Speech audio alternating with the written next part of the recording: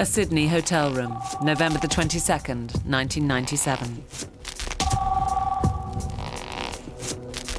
For Michael Hutchence, a life of unbridled rock and roll pleasure is about to end in one night of anguish and pain. Long-distance calls bring no relief, just more loneliness, more despair.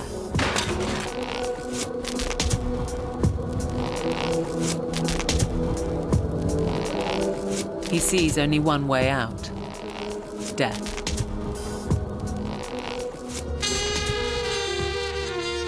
His suicide would spark an international mystery, rupture a family, and draw in an Irish icon and a platinum blonde TV presenter. But the real puzzle would be his legacy. For a man worth £10 million when he died, he left not a single penny to his family or friends. And for 6 years, it seemed the only thing left was a question: who got Michael Hutchence's millions?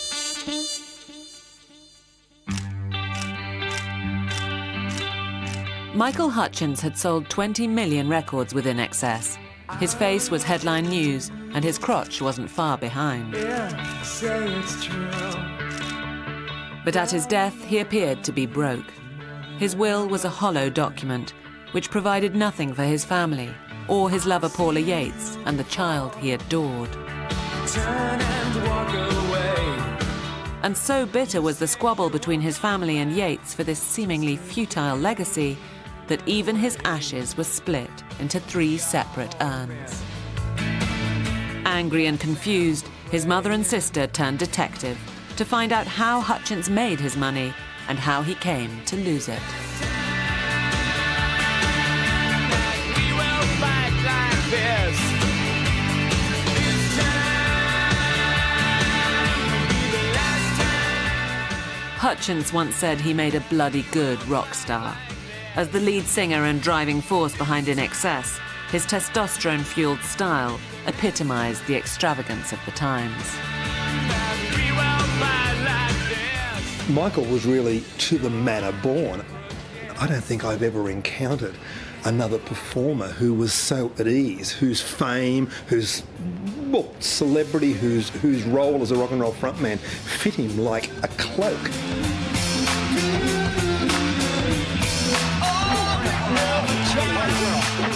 I don't think he was ever probably conventionally, chiselled matinee idol attractive, and yet he had this extraordinary sort of oozing sexuality. And could a guy see that? Absolutely. I think he was that great thing where he was attractive to both men and women, and it was that thing that men admired him and women wanted to fuck him. Here come the woman with a look in her eye.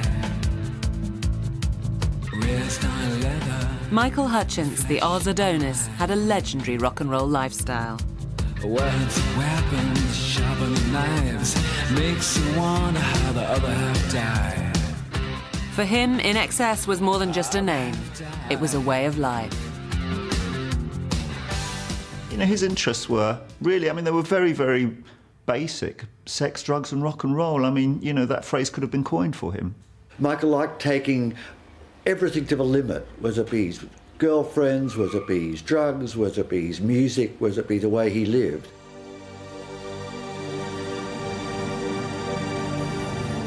This spontaneous approach to life mirrored the chaos he left in death. We received a call around 12:15 that a male person had been found deceased behind a door at the Ritz-Carlton Hotel in Double Bay. There was quite a great deal of media out the front, and I really thought they were there for something else until a sergeant told me that Michael was in fact deceased in the room in the hotel. The lead singer of the Australian band INXS was found hanged in his Sydney hotel room this morning. There was no suicide note, and police aren't yet sure exactly what happened. Michael Hutchence had hung himself with his belt on the back of a hotel room door. He was only 37. Why? Why? It was so inane, wasn't it? So stupid. It's the worst possible thing to happen to a mother.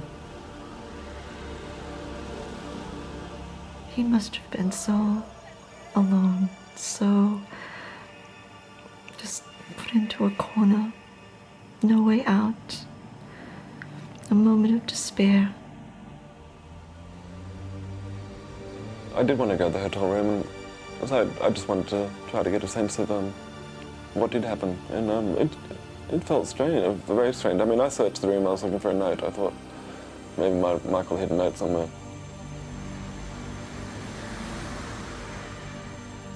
I was just sat in there just crying for about an hour before I left. I mean, I was just trying to get something, just anything, and there wasn't much to get. At first, the big mystery was how he died.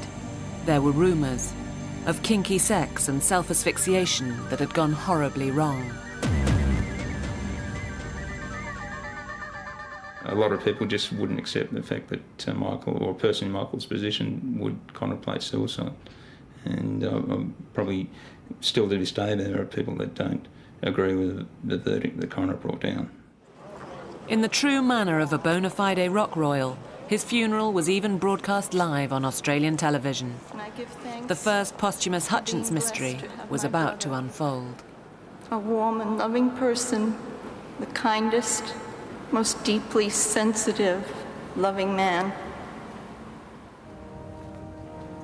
In the desperate chaos following his death, none of his family had yet seen the will. The executors told them it included his wish to be cremated. Mostly we'd had burials.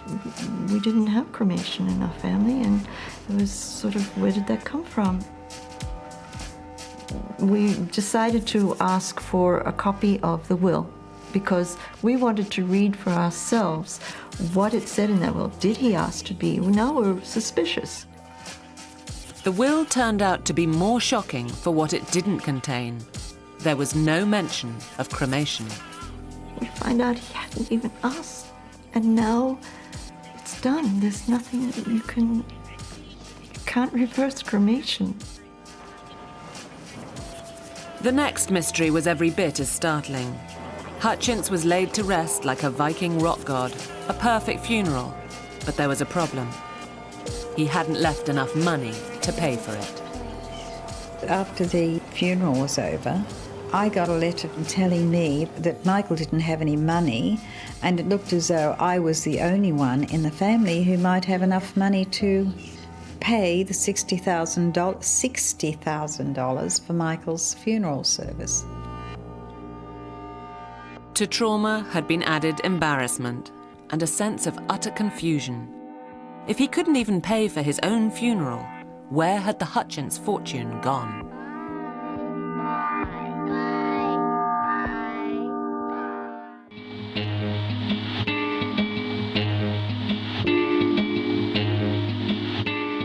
Michael Hutchence was dead. But he had surely died wealthy, and now his will would reveal the extent of his fortune. At first glance, all seemed well.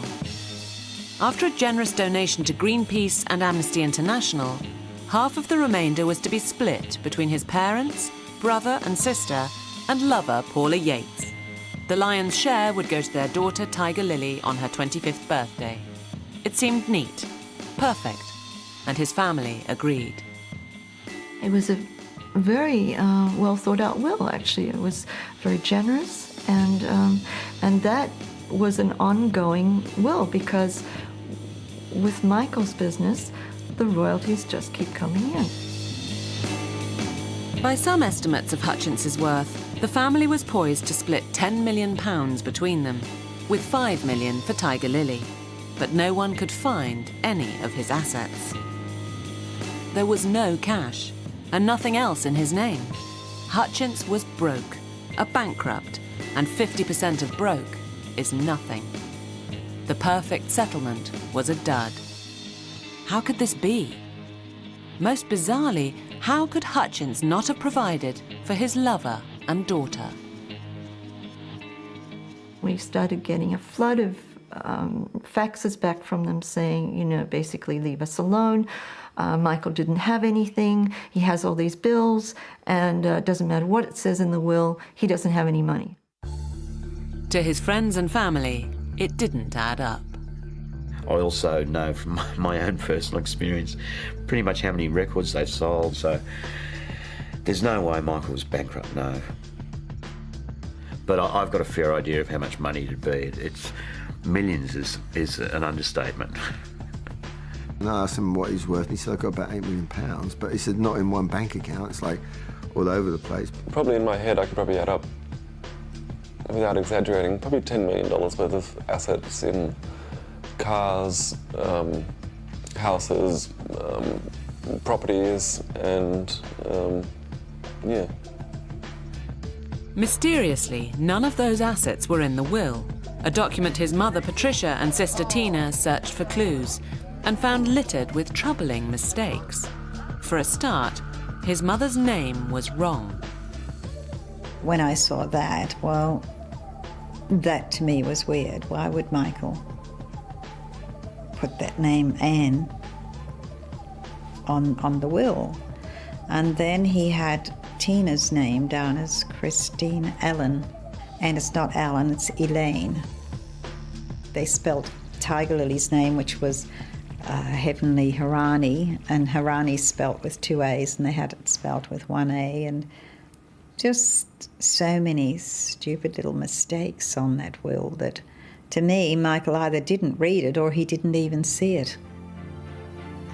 The women were convinced there was money somewhere. Equally, they were in no doubt that Michael had a profligate's gift for spending it. I remember one time I went out with him all night and we had a black cab in London and it ended up costing us £400 and he had the cash for that. And we had it parked out until 5 o'clock in the morning at various places and the cab driver was just sitting there. Every once in a while Michael would bung him like £100 and say, just stay out here. I don't think he always had good control of it. I mean, he took us to a very expensive restaurant in France once, in the south of France. And when we left, he said, oh, God, I think I tipped them $1,000. I didn't realise what the exchange rate was. He was the first when you would be out for dinner with 20 people sitting round. When the bill would come, everyone would look away, you know. Michael would be the first in picking his card out and all that kind of stuff. But, you know, at the same time, it bugged him, you know, that he was always the guy that was doing that, although he could afford it, you know. Lost money, family splits. These were no strangers to Michael Hutchence. He'd already had an unusual upbringing as his father Kel chased success across the Far East, uprooting the family from Sydney to Hong Kong. And Michael had also seen money in his family go. I mean, his father was a very, very wealthy man and they lived in Hong Kong and they had servants and his dad lost his money, not because of gambling or anything like that, you know, but because of whatever. And I think maybe Michael saw that and just didn't want to make mistakes. The family rupture which followed his death began decades earlier. When the family returned to Sydney, his parents separated. His mother Patricia went to work in Los Angeles, taking Michael with her. Rhett was left behind, opening an emotional wound between the brothers that would never heal. Michael loved his brother. You know, Michael just said, never forgot that image of just leaving his brother behind and being taken to America and stuck in high school at 16. And you know, and it was a resentment. I think that Michael felt the guilt of. It wasn't his fault. It wasn't Michael's fault, but I think he felt the guilt of that with Rhett thereafter. I didn't talk to my mum for a long time after that, just because of, you know, I was young and I was trying to get over it, and I kind of, you know, I took it pretty hard, I guess. Instead, Hutchence would constantly search for a new family, and on his return to Sydney, he found one with INXS.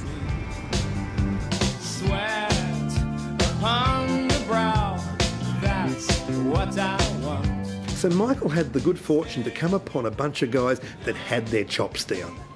They knew their stuff, and so they were tight, reliable, inventive, and here's this guy who, like I said, is a bit of an exotic flower, although he's still a good Aussie lad. I mean, let's not overstate that, but then the two of them came together, the perfect union. They had this singer, Michael Hutchence, that just cut the mustard. He was a cross between Jim Morris and Mick Jagger himself.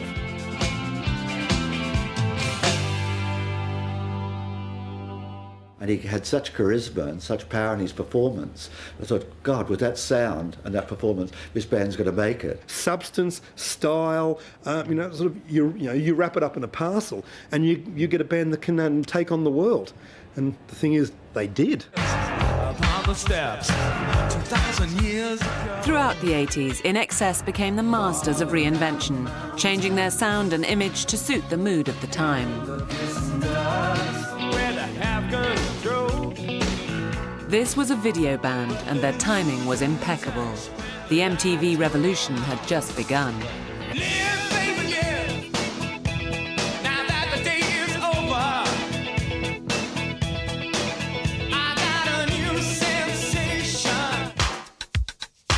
But it would be the Kick album in 1987 that would launch INXS into rock superstardom and make a rock god of Michael Hutchence.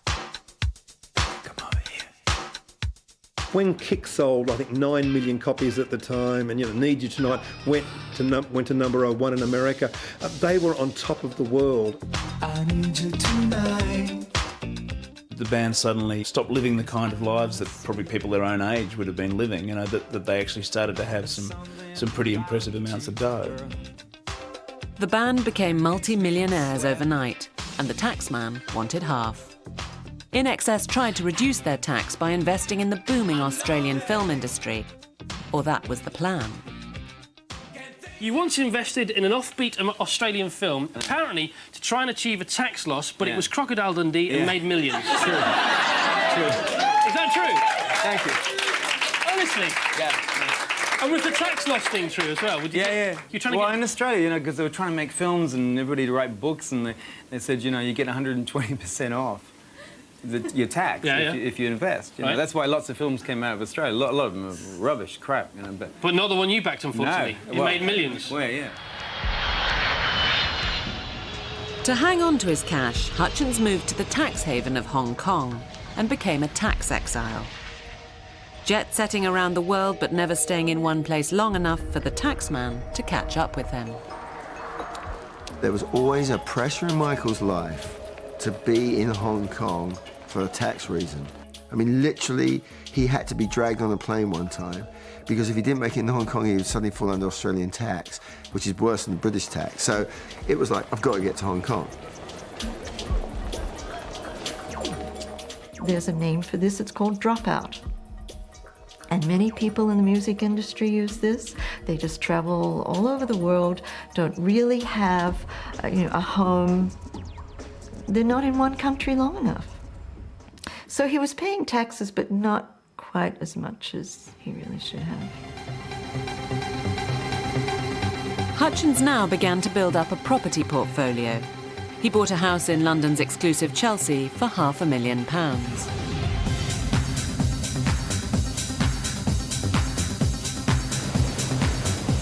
The family believed Hutchence's will would be a treasure trove because they'd witnessed him investing millions, particularly on Australia's Gold Coast where his mother lived. Patricia kept tabs on all his dreams and schemes as he became a shrewd property developer. He spent $1 million buying a luxury waterfront mansion. Michael's plan was to pull it down and put some lovely townhouses on the whole 3 blocks.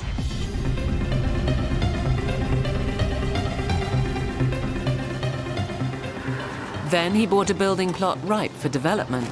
He had big plans. Oh, look inside. Isn't that terrible? He was going to build the new courthouse, which they ended up building just across the road there. And on top, he wanted to put a lot of offices for lawyers and barristers and so on, legal people. Further up the coast, close to his mother's home, he found his most lucrative investment, a bowling alley and restaurant bought for another $1 million. I remember the day Michael bought this bowling alley.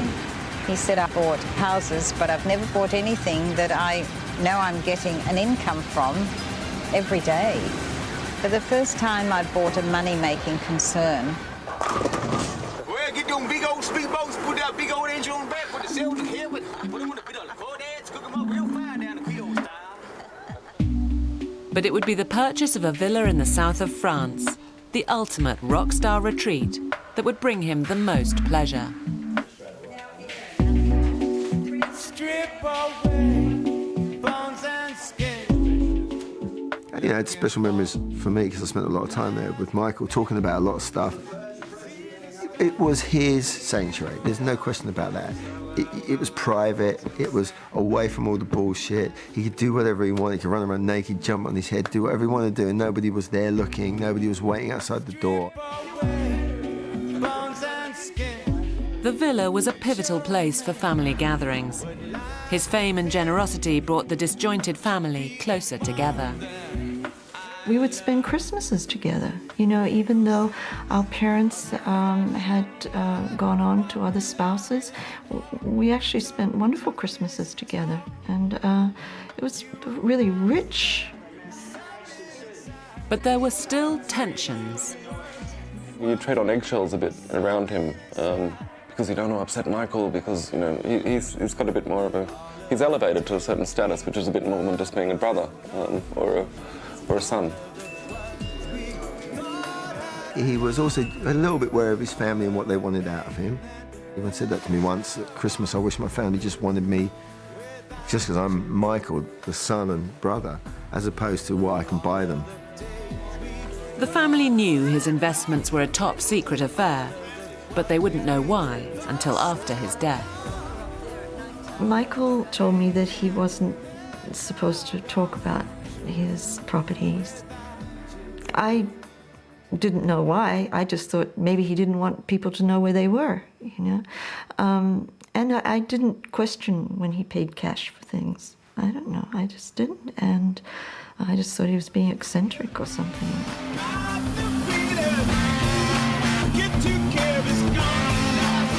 Secrecy was everything, even when Hutchence the Hellraiser indulged his love of fast cars. The purchase of a vintage Aston Martin was a hush-hush affair. Hutchence paid cash. The person that he bought it from, I met much later, and he said Michael decided on the car, and he walked up to him the next day and handed him 150,000 US cash and drove away in it. This is James Bond's car. Michael was James Bond at the end of the day. I mean, I've never seen him ever as excited as he was. But he really always loved the fact that I was there when he bought that car, because I totally made it worth it to him, because his girlfriend was just going, it looks like a Toyota. And we was like, please. By the mid-90s, Hutchence was set up for life. He'd made a fortune and seemed to have invested it well. So what went wrong? What happened to his money? The family hoped they would find the clues in the last few bleak years of his life.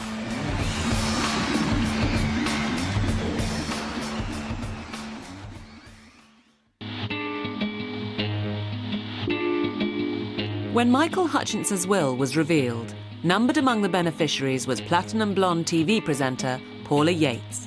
He'd rewritten his will in the last year of his life to include Paula and their daughter, Tiger Lily.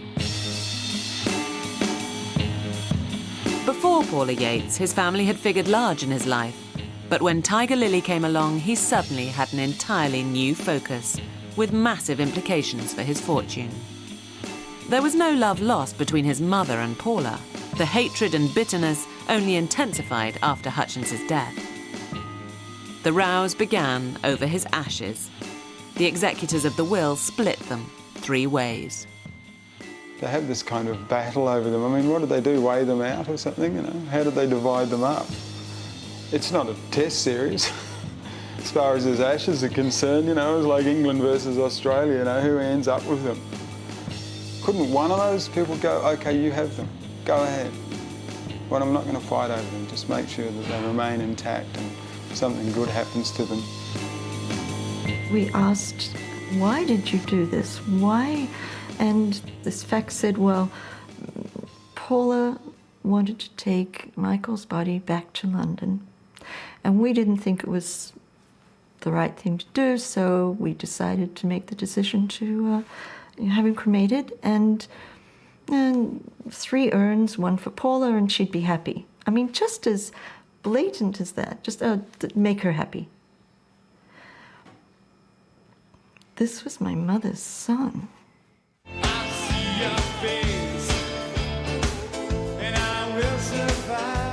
The relationship between Paula and his mother, Patricia, had always been fraught. Even today, Patricia blames Paula for her son's death. She used to have his photograph on her refrigerator for 10, 12 years. 12 years, she said. She was so taken with him and so determined to win him one way or another. If he hadn't gotten together with Paula Yates, he would still be alive today. She was particularly unhappy about his relationship with Paula, so much so that both of them had many, many quarrels, many, many arguments. But there's no question that Paula and Patricia were arch enemies.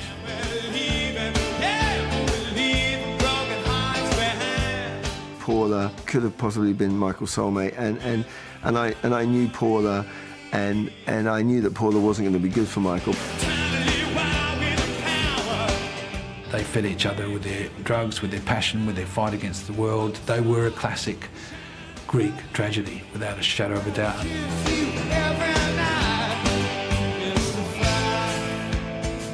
When Hutchence met Yates, his best years were behind him. Adulation and wealth began to slip through his fingers. He had gone to pay a bill at a restaurant, and his card had been declined, which was ridiculous. It's ridiculous. So I felt something was wrong. I mean, that shouldn't be. His father told me that Michael had become concerned about the state of his finances. He had wanted to buy a new house in London for Paula Yates, and when he went to purchase the new house, was told that there weren't funds available to do that, which apparently distressed him. His family believed Paula was draining Hutchence of cash. He'd agreed to fund her legal bills from her split with Bob Geldof. She was not making money. She didn't have her television show anymore, and she couldn't even get a loan.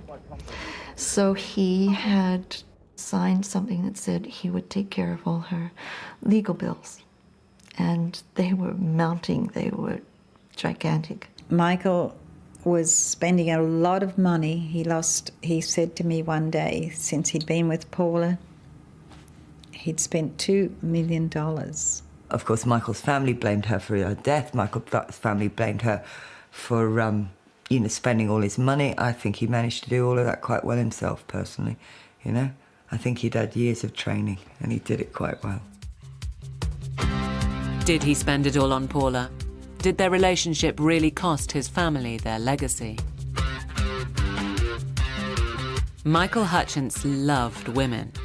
Before Paula, he'd had a whole string of celebrity girlfriends that read like a who's who of the world's most beautiful women, from Kylie to supermodel Helena Christensen.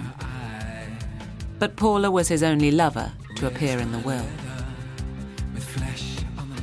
So here it is, the studio. The couple first met in the 80s when Paula was co-presenting The Tube in her inimitable style. There is Jules, there's me, and now we... Do you know what I'm talking about?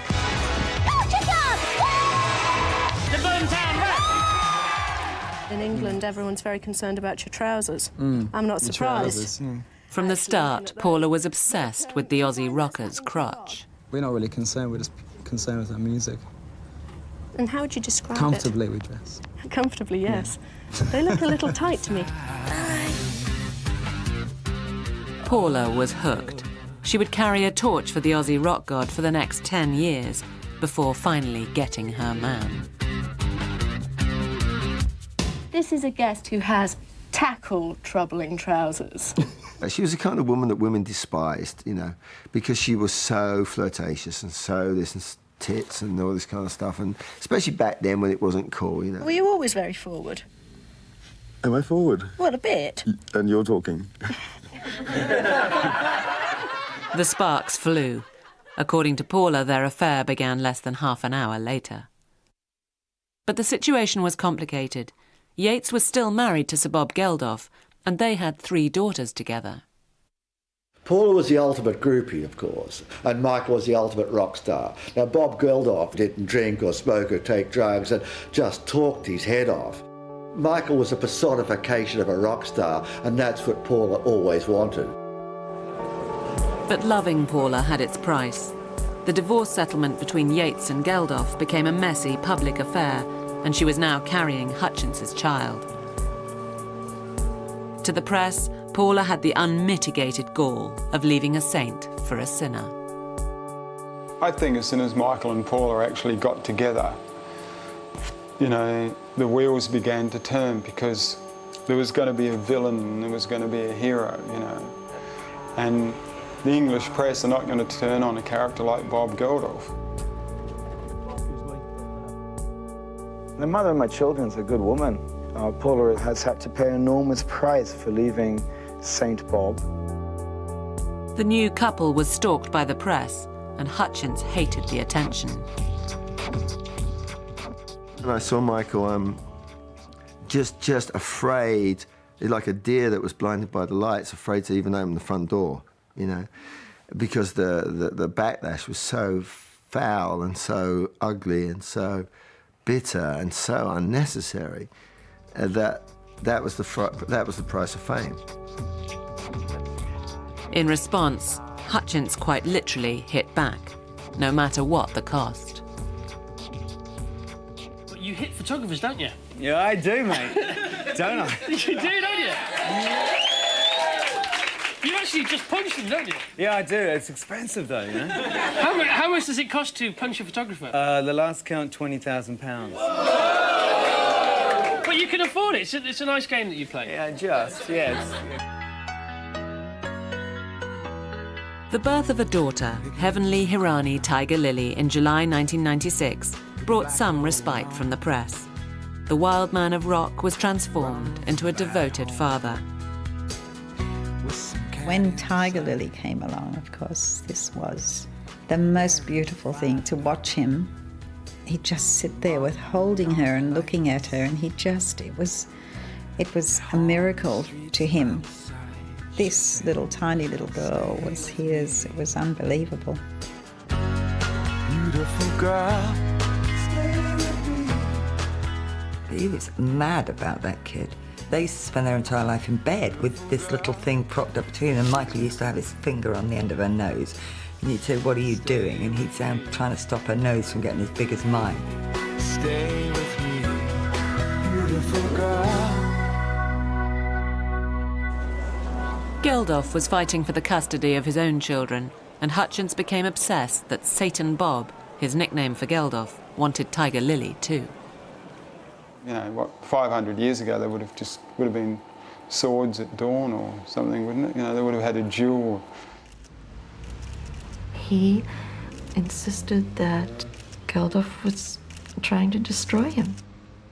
But he said that he had been told that Bob was also going for custody of Tiger Lily, and he said he's worried that maybe he could get her. He was a very powerful man, and he heard this was possible.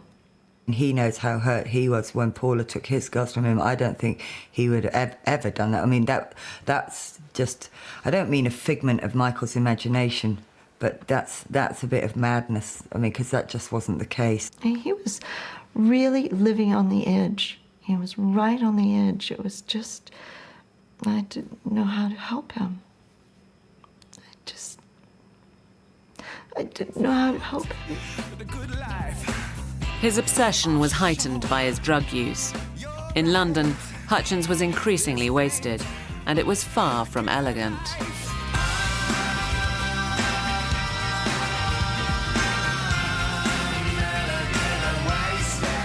He was struggling with heroin, and he and Paula were having heroin. Of that, there is no doubt.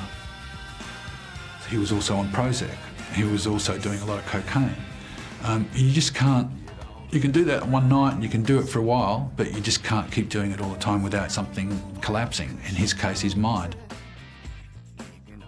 The amount of Prozac that they were prescribed, the amount of Valium they were prescribed, I think that much more than the other drugs they took, or especially Michael took, made them crazy.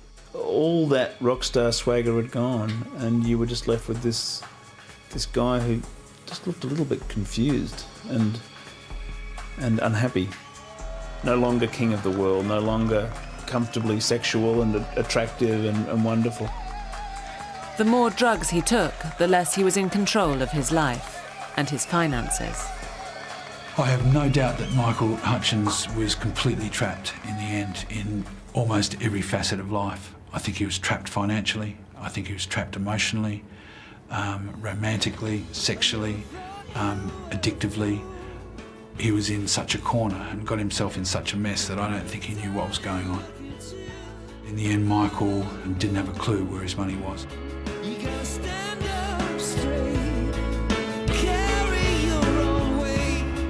By November 1997, Hutchence escaped London for Sydney.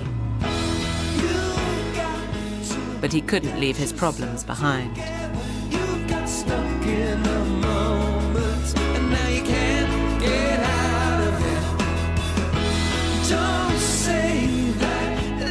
He was trapped.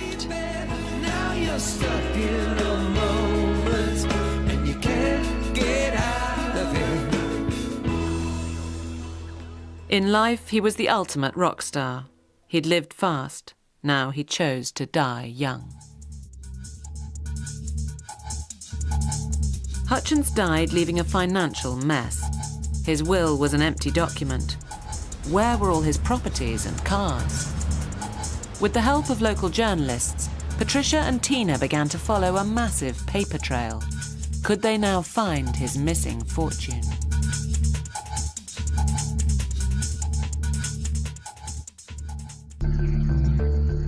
Michael Hutchence believed he was smarter than the average rock star when it came to money. Years before he'd even met Paula Yates, he'd been buying properties and putting them into secret offshore trusts in a bid to avoid the taxman, and his family knew nothing about it. The man behind the secret schemes was elusive business guru and barrister Colin Diamond. Colin Diamond was Michael's financial business estate runner, basically ran everything with Michael. Michael's sort of financial father. Whenever Michael spoke of Colin Diamond, he spoke about him in truly good terms, in terms of that he was protecting Michael from himself in a lot of ways, and his family. It's interesting that most of Michael's friends have never met Colin Diamond. Certainly the family hadn't and didn't until the last year. I'd never met him. But he put a lot of trust in Colin. Colin was, his buddy. Colin's doing everything for him. Ironically, in his zeal to deny the taxman any claim on his wealth, Hutchence no longer had control over his own fortune. Michael Hutchence' money was tied up in a series of very complex web of discretionary trusts. The ultimate form of hiding your money or your assets. And they're called discretionary trusts for a very good reason, that the person who you hand your money over to has complete and utter discretion to do whatever they like, whenever they like, with your money, how they like. And if they decide that they really don't want to even give it back to you, then they have the power to do that. I didn't know about the trusts. I didn't know how they worked. I just thought everything was very secure until after he died. And that's when I gradually found out what had been done and how dangerous these trusts were, really, because nothing really had Michael's name on it. Hutchence's tax scheme meant he didn't legally own his properties or anything else in the trusts. So when he died, they were not his to give away as part of his estate. But did Hutchence intend his family to end up with nothing? Did he really understand the consequences of his actions? When Michael was making out his will, he was referring to his money, his properties.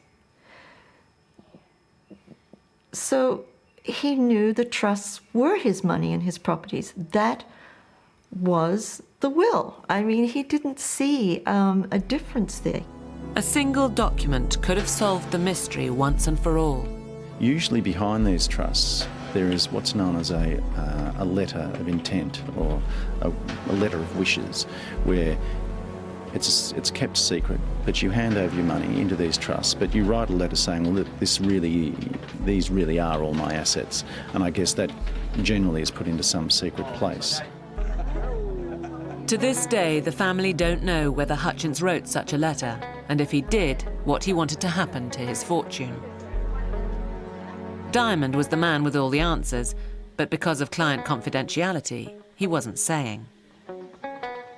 But there's one theory.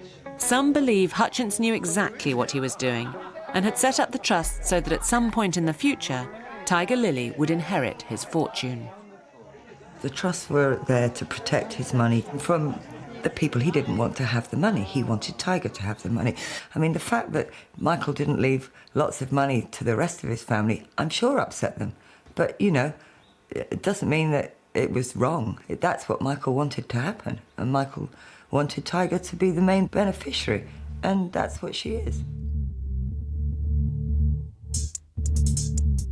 The family was further upset that while Diamond could not answer their questions, he appeared very close to Paula Yates and Tiger Lily. After Michael's death, Paula Yates was swept up into the web of lawyers who were running the estate, and they virtually took control of her and the child. It was almost as though the daughter, Tiger Lily, had become a football, and whoever controlled the ball had the estate, had the money. I mean, I didn't even go to the christening of... When I saw the people who invited the christening of Tiger, I went, who are these people in his life? Interestingly enough, Michael's funeral was a far different affair. There were a lot of his friends, a lot of the music industry people who were there, and Colin Diamond, who was supposedly Michael's closest friend and trusted advisor, who was in Australia at the time, got on a plane on the afternoon of his funeral and flew to the Gold Coast. Didn't attend the funeral. But at the christening, several months later, it was all the lawyers. It was always all about the business. You know, he was a business to those people, and when he died, the business kept going and they had to sort it all out. Patricia and Tina began legal action to get the trusts transferred into the estate so all the family would benefit. But not everyone was convinced of their selfless motives. My mother and Tina's have always said that it's not about them, it's all about Tiger. They're trying to do things for Tiger. Personally, I do believe they have underlying motives, and I wonder sometimes what their motives were. I'm sure, I mean, as much as they love Tiger and stuff like that, I think they're, I mean, if it's beneficial for Tiger, it's beneficial for them as well, because they're, apart from percentages, they're all beneficiaries. It was about protecting Tiger Lily's inheritance. But the newspapers started saying that these, I forget what they called it, greedy, grubbing relatives of Michael's were trying to take everything away from his child. And our case was about my granddaughter, not taking anything away, getting it for her. After 2 years, the family was forced to settle out of court, but without securing the transfer of the missing millions to the estate. And what of Tiger Lily? Will she eventually inherit her father's fortune? There are no guarantees that Tiger Lily will ever receive any money from this estate. It depends on whether or not these people have any morals, I guess. But it is a discretionary trust, and they have total discretion over what they do with the money. It may well be, though, that they do intend to give her the money. And in 17 years' time, that's when we'll know. Just because some people don't like where it's gone doesn't mean it wasn't done well. And, you know, I think if you die bankrupt and you've got millions and millions of pounds, well, I think some people would say that was a job well done. Is that how much is still left then? We're talking millions of pounds. I couldn't possibly tell you, but yes, there's quite a lot of money. You'd be able to live very nicely on it, yes.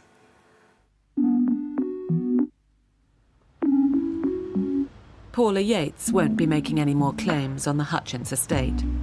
In September 2000, she was found dead from an overdose. Poor thing, she had Michael's ashes underneath her pillow and she'd go to sleep absolutely besotted by him, and I guess she just figured sometimes she just didn't want to wake up.